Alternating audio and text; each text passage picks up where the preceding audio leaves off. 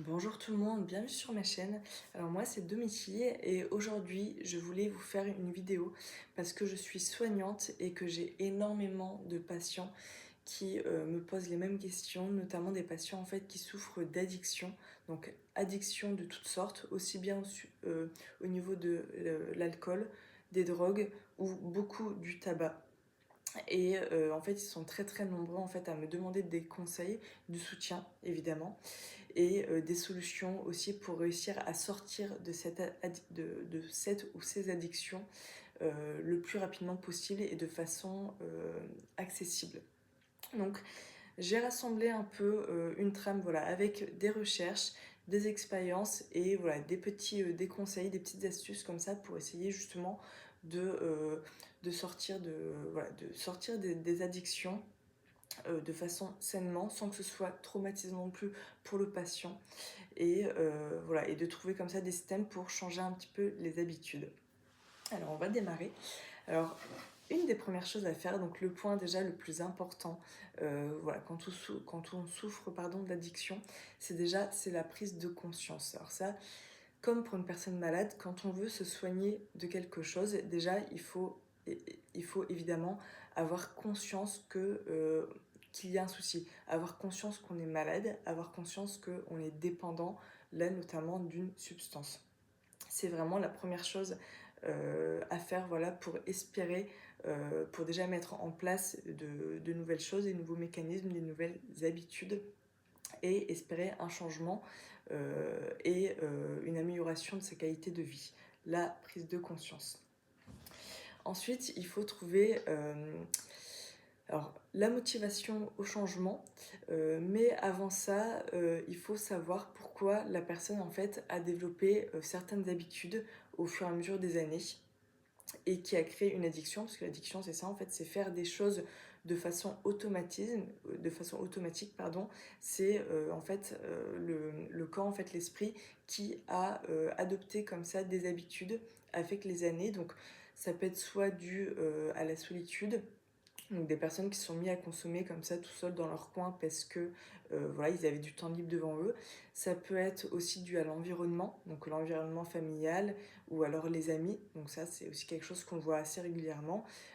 Voilà, on va dire pour s'adapter voilà, dans un milieu quand on était à l'école par exemple, voilà, pour faire comme tout le monde, euh, pour être accepté dans le milieu, voilà, on essaie de suivre les personnes qui commencent à consommer, à fumer un petit peu ou à boire pour faire bien dans les sorties, etc. Donc ça, c'est important également de comprendre pourquoi on le fait. Parce que j'ai remarqué qu'il y a énormément de patients en fait qui m'ont dit, d'ailleurs ça m'a étonné, mais qui m'ont dit que, alors des personnes qui fument, qui m'ont dit ne pas supporter en fait voir ou sentir la cigarette de personnes qui fument à côté d'eux. Donc ça veut dire il y a vraiment des personnes qui sont dépendantes à la fois de la cigarette, mais qui n'aiment plus ça. Et c'est d'ailleurs ces personnes-là en fait qui à un moment donné vraiment commencent à demander de l'aide parce qu'ils se rendent compte vraiment qu'ils sont devenus victimes sous l'emprise en fait de cette substance qui leur bouffe littéralement la vie. Ensuite, un des troisièmes points, on va dire, c'est la motivation au changement. Parce qu'il y a aussi beaucoup de personnes qui disent oui, oui, si je veux arrêter, je veux arrêter. Finalement, on se remarque que ça ne se produit jamais avec les années, au bout de 2 3 5 10 ans, il n'y a jamais de changement. Pourquoi il n'y a jamais de changement? J'ai remarqué aussi parce que souvent aussi ce sont des personnes, alors je ne mets pas tout le monde dans le même sac, on est d'accord, mais souvent en fait ce sont des personnes qui n'ont pas forcément de projet de vie, qui n'ont pas forcément ou qui n'ont plus, ou qui ne se rappellent plus en fait, de leurs rêves, de leurs désirs, puisque leur vie en fait c'est tellement avec le temps est tellement tournée justement sur la substance en fait sur des mauvaises habitudes que leur vie tourne tellement autour de ça, c'est vraiment devenu inconscient que en fait ils en ont oublié les désirs qu'ils pouvaient avoir, ils en ont oublié les rêves qu'ils pouvaient avoir, donc une envie de voyage ou des choses en fait qu'ils ont complètement mis dans un coin de leur tête, de leur cerveau, parce que leur consommation fait que ils ne sont plus capables d'atteindre justement leurs rêves. Donc ils ont fini par ne plus en avoir. Alors que ça, c'est vraiment une des règles de base, c'est vraiment la motivation au changement, c'est vraiment pour espérer changer des habitudes, il faut avoir un but, il faut avoir un objectif. Alors ça peut très bien être, ce que j'ai connu aussi personnellement, ça peut très bien être, voilà, je vais avoir, admettons, alors, pas moi, mais voilà, il va y avoir une nouvelle naissance, je vais avoir, voilà, un petit garçon, une petite fille, je fume, bah, pour sa santé, j'ai envie d'arrêter. Ça peut être également, voilà, j'ai toujours rêvé de partir en vacances dans un endroit spécifique qui est assez coûteux. Il faut le temps, je voulais partir avec des amis, mais j'ai plus d'argent. Je n'arrive pas à mettre de côté parce que effectivement, je consomme de l'alcool, de la drogue, des cigarettes. C'est assez coûteux. Donc, au final, je n'ai plus jamais réussi à avoir les moyens de partir sur cette île que je rêvais tellement ou de m'offrir telle ou telle vacances. Ça peut être aussi une maison, une voiture, peu importe. Mais voilà, déjà, il faut vraiment aider la personne à retrouver un peu un sens à cette motivation. Il faut l'aider à retrouver justement un- une motivation au changement, vraiment un but. Donc souvent, ce que j'essaie de faire, c'est de leur donner envie d'arrêter. Mais pour ce faire, c'est vraiment de les aider en fait à se focaliser sur l'aspect positif, sur pour qu'il y ait du changement, il faut vraiment que les personnes se visualisent et s'imaginent en fait avec les changements d'habitude va leur apporter de positif. C'est-à-dire, je leur invite souvent à prendre un petit crayon et voilà, un morceau de papier ou sur leur téléphone comme ils veulent et de noter, de faire vraiment l'analyse des inconvénients et des avantages de leur addiction. Donc vraiment, donc, par exemple, au niveau des inconvénients, souvent on a l'aspect financier, parce que voilà, n'importe quelle addiction, forcément, bah, ça a un certain coût, souvent un coût assez important. Ensuite, au niveau santé, donc ça peut développer énormément de maladies cardiovasculaires. Des personnes qui pouvaient être très sportives à la base ne peuvent plus, parce que forcément, bah, voilà, de mauvaises habitudes, et puis ajouter à ça bah, la cigarette ou l'alcool, etc. Ensuite, ça peut être aussi l'isolement. Donc, ce sont des personnes qui soit de base étaient pas forcément beaucoup entourées, n'avaient pas forcément beaucoup de famille ou pas forcément beaucoup d'amis, et bah, voilà, en consommant, peut-être qu'elles se sont isolées encore plus, ou elles ont été rejetées, ou voilà, on a plein d'histoires différentes. On a également l'estime de soi. Le sentiment de honte, c'est quelque chose qui revient énormément aussi. C'est pour ça qu'aussi, ça revient un peu avec la question de l'entourage. Des personnes, il y a énormément de personnes en fait qui se sont justement coupées de leur entourage parce qu'elles se sont rendues compte qu'elles avaient un souci, une problématique, des difficultés, et elles avaient tellement honte qu'elles ne voulaient pas en parler. Donc elles préfèrent s'isoler, ne plus participer à des réunions de famille, à des soirées, à des vacances, parce qu'elles savent elles vont devoir consommer et qu'elles ne veulent pas que ça se sache. Ça, du coup, au niveau des inconvénients, alors il y en a beaucoup plus, bien évidemment, mais du coup, mon rôle, c'est souvent de les aider à se focaliser sur les avantages. Donc, au niveau des avantages, comme on avait dit, on a déjà l'aspect financier. Donc, le fait entre guillemets, de ne plus consommer va permettre de faire du coup des économies, donc pour des sorties, faire plus de sorties entre amis, faire plus de cadeaux à ses proches, pouvoir s'offrir enfin la maison, la voiture de ses rêves, ou alors justement ces vacances qu'on rêvait tant de faire et qu'on avait complètement mis de côté. On a également du coup la meilleure santé. Donc alors bien que voilà, on va peut-être pas, je dis bien peut-être pas récupérer une santé d'enfer en arrêtant voilà, nos mauvaises habitudes, mais voilà, on peut retrouver une meilleure respiration, on peut retrouver, ça peut nous aider à retrouver une certaine hygiène de vie et qui peut nous permettre de refaire un petit peu plus de sport par exemple, et puis là le cercle vicieux se transforme en cercle vertueux et la personne va peut-être petit à petit retrouver plaisir à faire du sport ou ce genre de choses. On aura également du coup l'entourage forcément, parce que la personne va mettre son attention et va mettre son énergie dans quelque chose de plus acceptable, plus agréable pour son entourage. Donc elle va peut-être se refaire des nouveaux amis, peut-être essayer de reprendre contact avec des membres de sa famille. Encore une fois, des choses positives que la personne a envie de remettre en place. Et concernant l'estime de soi, voilà, il y aura ce côté fierté de se dire que pendant des années j'étais enfermée, j'étais voilà, dépendante, j'étais sous l'emprise de quelque chose. Si j'y arrive, quand j'y arriverai, donc important vraiment de parler également, de parler au présent, de faire comme si les habitudes étaient déjà en train de se produire. Quand j'y arriverai, je serai fière. Donc ça vraiment c'est quelque chose sur lequel on insiste beaucoup avec nos patients. Ensuite, on a aussi, alors j'aime beaucoup utiliser, c'est un peu l'image de Pinocchio, donc la métaphore de Pinocchio. Donc Pinocchio qui est justement une marionnette en fait et qui fait ses actions, ses gestes, ces gestes qui sont contrôlés par son papa, son créateur. Et souvent, en fait, j'utilise cette image pour mes patients pour leur faire comprendre, alors déjà avoir énormément d'empathie, évidemment, mais pour leur faire comprendre que des personnes voilà, qui sont addictes, qui sont accros à certaines substances, j'aime bien, prenons l'exemple de la cigarette, j'aime bien cette image qui souvent est parlante de leur dire, imaginez, voilà, une énorme cigarette qui est au-dessus de votre tête et qui va tirer les fils comme ça de vous qui êtes un pantin, une marionnette. Et en fait, à chaque moment de votre journée, c'est cette énorme cigarette qui va guider, en fait, dicter plutôt vos actions. Donc, parce que je connais beaucoup de patients qui, en fait, à peine ils sont levés, à peine ils sortent du sommeil, que tout de suite, leur réflexe, c'est peut-être le café avant, oui, mais leur réflexe va être ah, je viens de me réveiller, je sors du lit, mon café, ma cigarette. Ils en ont même plus confiance, ils ne réfléchissent même plus. C'est vraiment devenu une habitude inconsciente. C'est vraiment l'addiction justement à la substance en fait qui va vraiment se déclencher automatiquement sans qu'ils aient de contrôle là-dessus.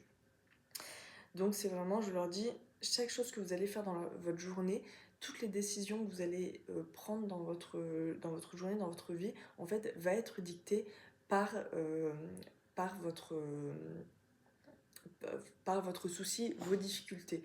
Donc vraiment, même notamment au travail, je sais qu'il y a pas mal de personnes qui consomment par exemple, qui vont chercher un travail où ils savent qu'ils vont avoir autant de pauses dans la journée ou qu'ils vont pouvoir prendre autant de pauses dans la journée.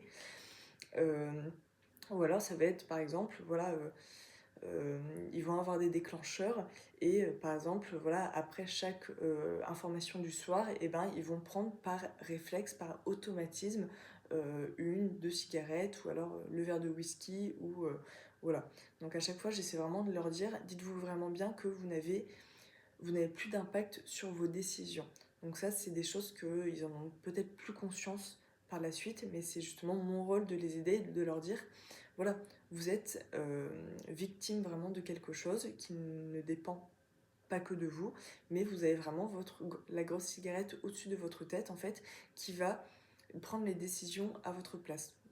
Donc ça leur permet, le fait de les victimiser un petit peu, ça leur permet justement de les aider et qu'ils se sentent moins seuls, qu'ils se sentent vraiment plus soutenus. Ensuite, on a du coup la visualisation. Donc, je crois qu'on est à peu près au 4e point. Mais la visualisation, c'est ce qui va aider justement à la prise de décision. Parce que juste avant, on a parlé du fait de prendre conscience effectivement qu'on a des difficultés, de prendre conscience de où viennent ces difficultés, comment on les a. Donc, je parle de l'addiction hein, évidemment, ou des addictions. Mais on a parlé juste avant de voilà, pourquoi on a créé ça, d'où ça vient, est-ce que c'est dû à la solitude, est-ce que c'est dû à en fait les émotions, un peu comme les personnes aussi qui sont un petit peu en surpoids. Souvent, voilà, c'est connu, on dit ils mangent leurs émotions, donc ils grignotent un petit peu tout le temps, un petit peu quand ils sont tristes ou quand ils sont seuls ou ce genre de choses. Donc une fois qu'on a réussi à voilà, avoir un impact au niveau de la motivation au changement, la visualisation, c'est quelque chose qui aide aussi beaucoup. Encore une fois, comme je parlais tout à l'heure avec les inconvénients et les avantages, c'est essayer de refocaliser, aider la personne à refocaliser son esprit sur un rêve et de visualiser ce rêve. On va un peu comme se mettre dans un état de méditatif, un état d'hypnose, où on va vraiment voilà, leur dire, ok, qu'est-ce que vous avez toujours rêvé faire? Est-ce que, voilà, est-ce que par exemple ce sont des vacances? Donc voilà, montagne, mer, admettons on prend la mer, vous avez toujours rêvé voilà, de vous offrir des vacances sur telle île, à tel endroit, avec telle personne, à faire telle ou telle activité. Voilà. Imaginez-vous que vous y êtes déjà. Imaginez-vous que vous avez réussi justement à économiser assez, que vous avez réussi à avoir un état physique qui vous a permis justement de voyager, d'emmener vos proches avec vous, que ce soit vos enfants, voilà, des cousins, des cousines, de la famille. Et imaginez vraiment les rayons du soleil en train de pénétrer votre peau. Vous êtes dans un endroit vraiment, dans un moment, dans une bulle vraiment de paix, de zénitude. Et j'essaie vraiment d'aider les patients à se mettre dans une sorte de transe et se visualiser ceci pour leur donner envie, justement pour leur donner une vraie motivation à un changement. Donc ça, ce sera vraiment pour aider à la prise de décision. Ensuite, une fois qu'on voit que la personne est réceptive en fait au changement et vraiment qu'elle est sur la bonne voie, qu'elle est motivée, on va pouvoir passer du coup à l'étape du changement des habitudes. Donc en soi, c'est pas, voilà, c'est pas très compliqué. On parle vraiment de changement des habitudes. Alors oui, des habitudes, ça peut être compliqué à se faire. Donc il faut compter en général, en tout cas pour un adulte, il faut compter environ 90 jours pour changer une habitude. Euh, pour ce faire, l'important, c'est pour réussir à modifier les mauvaises habitudes et en adopter des nouvelles plus positives ou comment dire, des habitudes qui vont être plus bénéfiques pour le patient, il faut analyser les déclencheurs. Donc j'en ai parlé précédemment, se dire ok, à quel moment la personne a envie ou à quel moment en tout cas son cerveau automatiquement il va vouloir allumer sa cigarette, il va vouloir prendre son verre de whisky ou de je ne sais trop quoi. C'est vraiment analyser vraiment, donc ça pareillement, on reprend notre carnet, on reprend notre crayon et la personne va essayer vraiment euh, d'écrire en fait toute sa journée, moment par moment, heure après heure, et de se dire bah oui effectivement, elle va essayer vraiment de se reprogrammer, de se refaire sa journée et de déjà pour comptabiliser en fait le nombre de fois, admettons, où elle fume dans la journée et se dire bah oui effectivement le matin ma première je la prends à 8h dès que je me réveille. J'ai commencé à faire ça un jour et en fait j'ai pris cette habitude là parce que je vis seule, parce que pour des raisons XY. Ensuite, bah oui, effectivement, le matin j'ai une pause à 10h, j'allume une cigarette, j'ai toujours fait ça, je me pose même plus la question, je réfléchis même plus en le faisant. Ou encore une fois, après la pause du midi par exemple, après le repas, c'est le fameux moment détente, la petite cigarette, voilà. Ça va être important vraiment aussi de redécrire, de réanalyser en fait chaque moment de la journée où on a justement ce déclencheur automatique qui arrive dans la journée. Ensuite, on va essayer, une fois du coup qu'on a fait cette trame-là de à quel moment j'ai des déclencheurs, à quel moment je ressens l'envie ou le besoin de faire l'habitude, on va modifier l'habitude. C'est-à-dire qu'on va reprendre les mêmes moments, donc admettons, après le repas, et le but, ça va vraiment être de trouver une action, un acte, une action qui prenne le même temps et qui va en fait occuper le cerveau à la place de l'acte addictif. Donc, un exemple, tous les midis, après chaque repas, pendant 10 minutes, je vais me brosser les dents. Alors en soi, on est tous censés le faire, mais voilà, pour une personne qui est addict, ça peut être quelque chose effectivement qu'elle n'avait pas l'habitude de faire. Donc voilà, c'est se dire vraiment, ok, le but c'est vraiment de trouver une action qui prenne le même temps, sur lequel le cerveau, l'esprit va se concentrer et voilà, de modifier la mauvaise habitude par une bonne habitude, une bonne action qui va être bénéfique pour le patient et qui va le rapprocher petit à petit d'un objectif qu'il a envie d'atteindre, un objectif qui va être mieux pour lui et surtout sur le long terme. Donc un objectif, alors ce qui va me ramener justement à l'atteinte de cet objectif justement, c'est pour trouver une bonne habitude qui correspond au patient, à sa situation, à son histoire de vie. On utilise ce qu'on appelle, donc ce qui me fait arriver au point suivant, on arrive à ce qu'on appelle la méthode SMART, donc, ce qui est une méthode d'objectif assez répandue. Donc le S, c'est pour un objectif qui est spécifique, le M pour un objectif qui est mesurable, le A pour atteignable, le R pour réalisable et le T pour temporel, donc pour voilà, un objectif qui est compté dans le temps.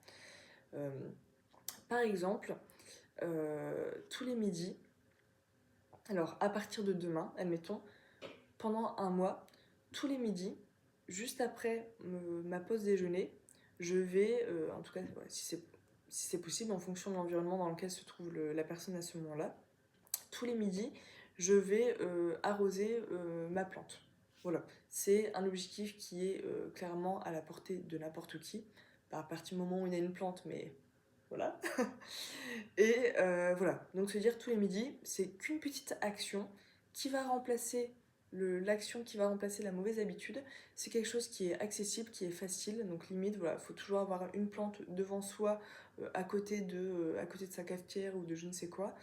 Limite, on peut toujours mettre un petit post-it si la personne oublie, parce qu'au début, encore une fois, je vous dis, une habitude ne se fait pas comme ça. Souvent, c'est des mécanismes qui se mettent en place.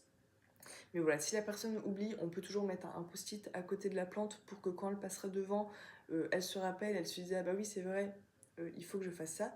Au début, ça va pas être évident, au début, ça va pas être automatique justement, mais à force, avec les jours et à force de répétition, la personne va finir par avoir ce comportement, en fait, va faire cette action en fait sans réfléchir, justement, ce qui est notre but.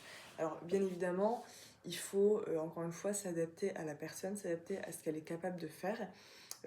Voilà, c'est comme une personne voilà, qui, admettons, qui veut perdre du poids et qui veut faire un marathon. Évidemment, on va pas lui dire oui, d'accord, dans 2 mois tu es capable. C'est une personne qui fait, voilà, qui fait un certain nombre de kilos. Évidemment que on va pas lui dire oui, dans 2 mois tu seras capable de faire un marathon.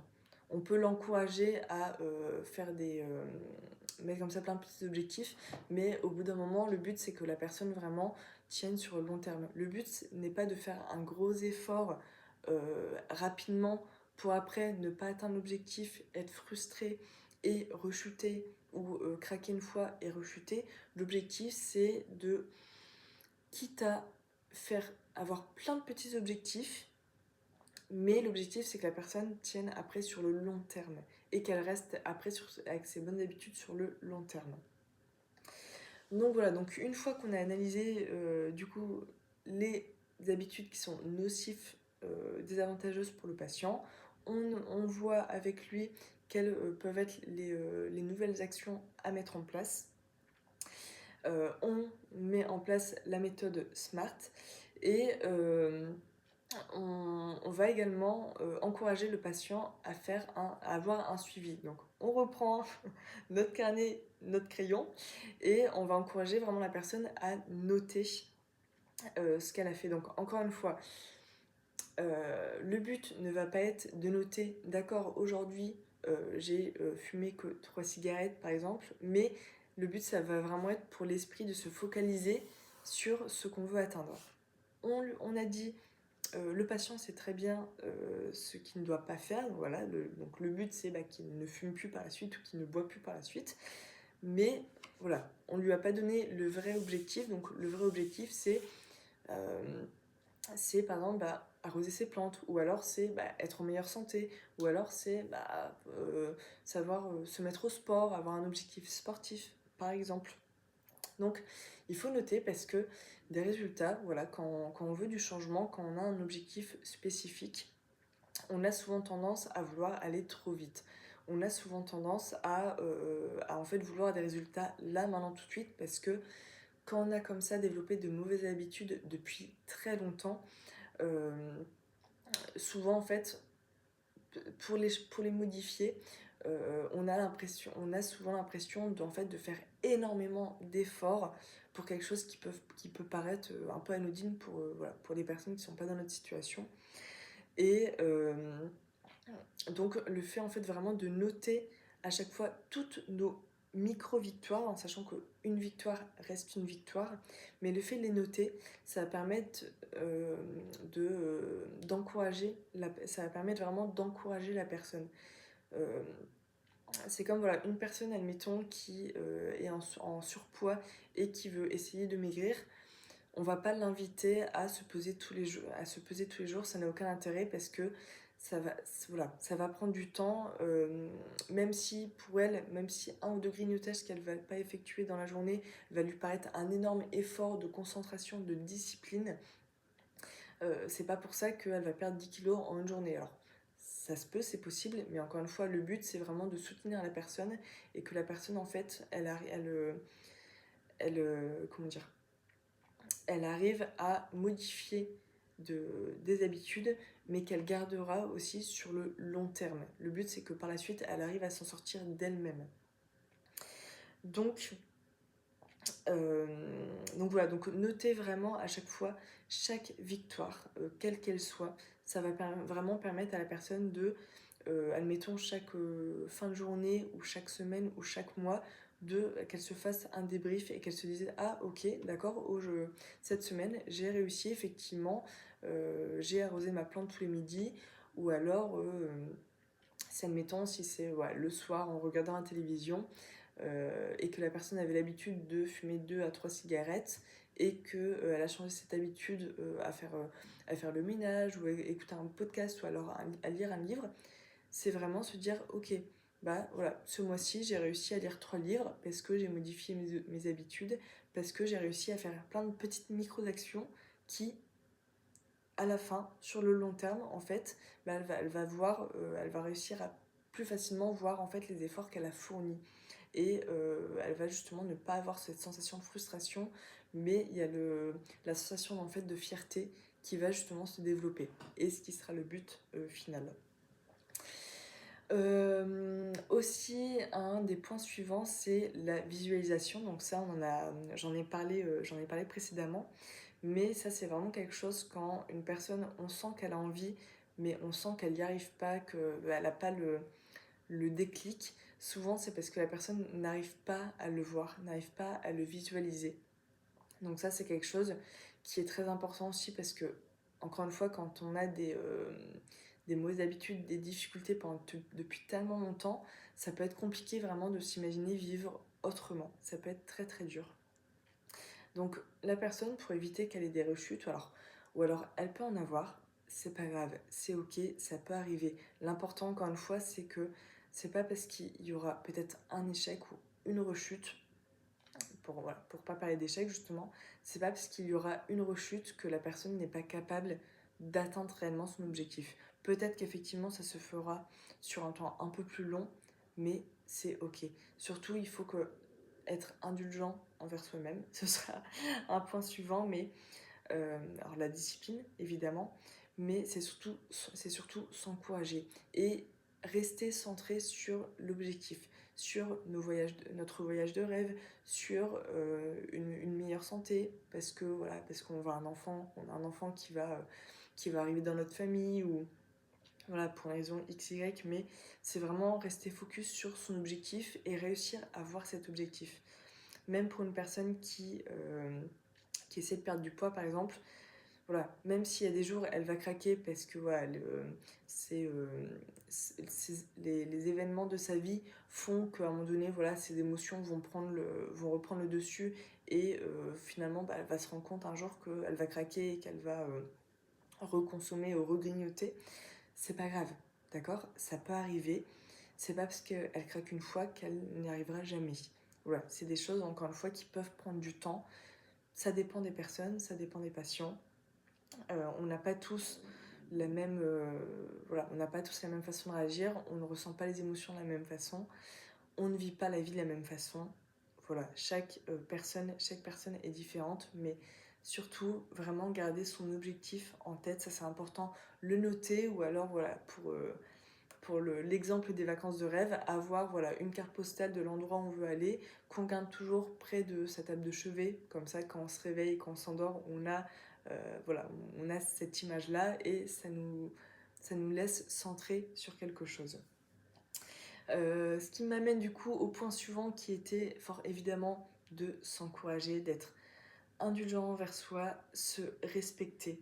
Encore une fois, c'est voilà, certaines personnes y arrivent, mais surtout ne pas se comparer. On est tous uniques, on fait les choses à notre rythme. Mieux vaut le faire à notre rythme, mais même si ça nous paraît plus long que vouloir faire des changements en même temps que d'autres personnes et on ne connaît pas les histoires de vie des autres gens. Donc, faire les choses à notre rythme, mais le faire à fond. Savoir pourquoi on le fait avec nos motivations, nos rêves personnels. Voilà. Et si on se rend compte à un moment donné que ce qu'on a mis en place, ça ne marche pas très bien ou pas autant qu'on aimerait, on réajuste. C'est pas grave. Je suis là justement pour accompagner, je suis là justement pour aider la personne à ajuster ce qu'il faut avec mon œil extérieur. Ensuite, il y a forcément le dernier point, ça sera d'être prêt.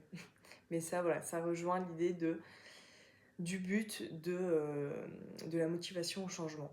Pour être prêt, on a besoin de savoir se projeter. Et pour savoir se projeter, on a besoin d'avoir des objectifs, on a besoin d'avoir des ancrages de motivation.